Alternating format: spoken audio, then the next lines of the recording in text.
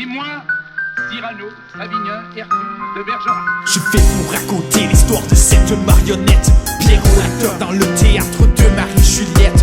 Un être fragile, son destin n'a qu'un faible irréversible, que l'existence peut être futile. Le petit chapiteau a des trous dans sa toile, et de là-haut il est, le pantin peut voir les étoiles, en souhaitant qu'un jour un nouveau monde à lui se dévoile. Pleine espérance car jamais il ne mettra les voiles. La petite scène de bois a vu mille fois ses pas, dans ses tournées virevoltées, toujours au même endroit, dansant comme le clown qui se donne en spectacle, ou comme un mime qui veut qu'on devine son obstacle. Dans les instants de temps gris, il console les peines, car après la pluie, il veut que le beau temps revienne. Comme un Pierrot dans sa lune, seul projecteur qui s'allume, son esprit fabule, croissant destin du funambule. Alors il a tout pour amuser l'assemblée morose, consoler leur idée était toujours recevoir des roses. Maintenant seul, dans son coffre j'entends une berceuse, pour tenter de s'assoupir dans cette nuit rêveuse. Pierrot prit la lune pour que juste un instant elle éclaire, pour qu'il puisse retrouver un chemin sans misère. Le clown est triste, il n'a plus le goût de sourire. Désormais dans son cœur, les notes laissent place à un soupir. S'amuse de son inspiration, jongle ses sentiments comme un vulgaire cordon. Lui ton pantin, dansant pour toi ici-bas. Écoute-le, il veut juste que tu le serres dans tes bras. Avec le temps, la marionnette s'est affaiblie. À chaque prestation, ses cordes se sont ternies. La poupée donne le dernier spectacle de sa vie et retourne sur la tablette des choses que l'on oublie. Il était naïf et facilement manipulable, alors la muse s'en servit à des fins déplorables, défoulant ses frustrations sur le jouet vulnérable qui ne demandait que d'avoir le cœur confortable.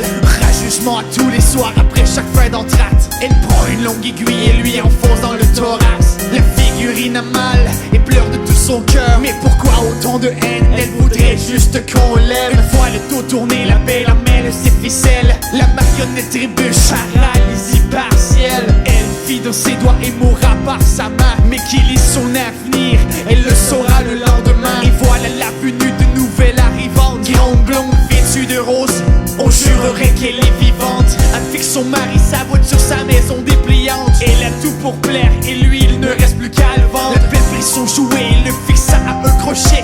La nuit passée au matin, elle aperçut le gibet, la potence du pantin ayant mis fin à son destin. Cependant avec ses minuscules ficelles de lin, le fantôme de l'opéra est une marionnette, une âme en peine, prisonnière de sa cachette. Le théâtre des sombres est un si lanterne, et dans le noir on entend un panthère réciter ses poèmes. S'amuse de son inspiration, jongle ses sentiments comme un vulgaire cordon. Lui ton pantin, dansant pour toi ici-bas. Écoute-le, il veut juste que tu le serres dans tes bras. Avec le temps, la marionnette s'est affaiblie. À chaque prestation, ses cordes se sont ternies. La poupée donne le dernier spectacle de sa vie et retourne sur la tablette des choses que l'on oublie.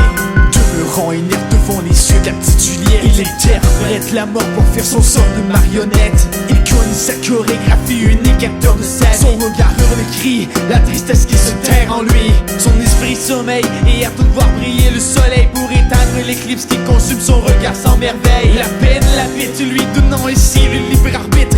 À force de tourner la page, il arrive au dernier chapitre. Sans regret de sa vie, malgré les épreuves, la passion demeure, mais de ça, il a fait l'épreuve. Sachant ce qui l'attend, il reste passif et sans mouvement. Elle le prend et l'amène directement au dernier instant. Four, crématoire, combustion, exutoire d'un acteur qui simule le décret du décès pour fuir la foire.